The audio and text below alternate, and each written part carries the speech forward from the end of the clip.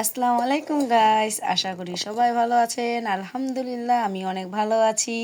ঈদের জানাই অনেক অনেক শুভেচ্ছা। ঈদ উপলক্ষে আমাদের বাসায় আজকে আমরা করেছি অনেক ধরনের আয়োজন। মিষ্টি তো আছে, তার সঙ্গে আছে চটপটি, ঝাল ঝাল চটপটি।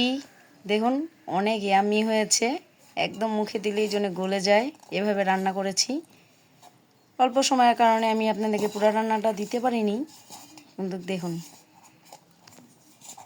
চটপটির সাথে আমি কি কি মিশাবো দেখুন। ধনিয়া কুচি, কাঁচামরিচ, পেঁয়াজ কুচি, শসা, টমেটো।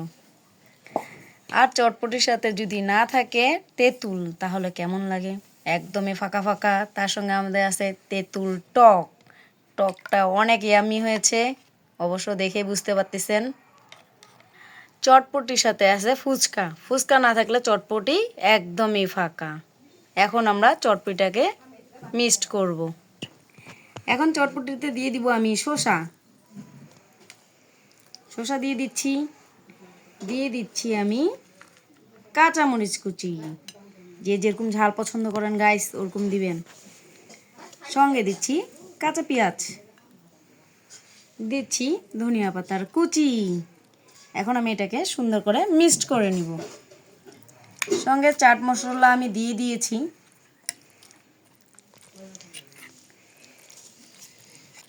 এখন উপরে দিয়ে দিব তেঁতুলের টক।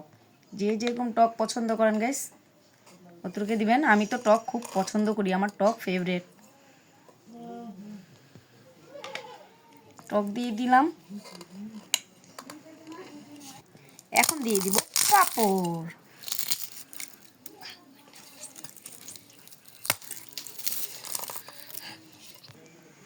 এখন দিয়ে দিব ডিম।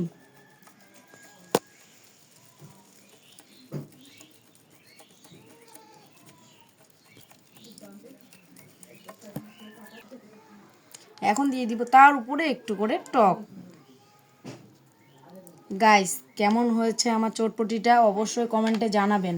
আর লাইক করতে ভুলবেন না। যারা এখনও সাবস্ক্রাইব করেননি প্লিজ সাবস্ক্রাইব করে দিবেন। আর সবার ঈদ ভালো কাটুক।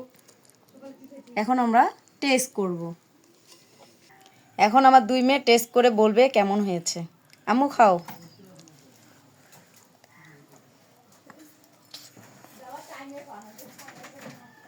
অনেক ইয়ামি হয়েছে। চলুন এখন ফুচকা খাওয়া যাক। এই দেখুন আমাদের ফুচকা রেডি হয়ে গেছে। ডিম, কাঁচামরিচ, শসা, ভর্তা। এখন তেঁতুল দিবে, দিয়ে খাবে।